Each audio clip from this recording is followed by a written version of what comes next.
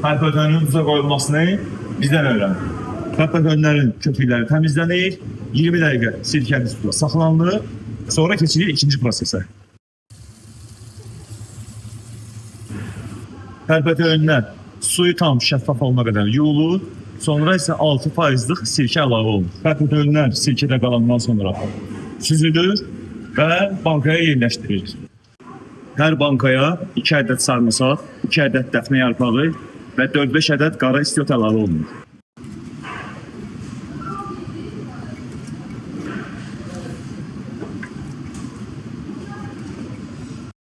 Sonda üzərinə 1 dolu çay qaşığı duz, yarım armud stəkan sirkə və isti su tökülür, qapaqlar bağlanılır.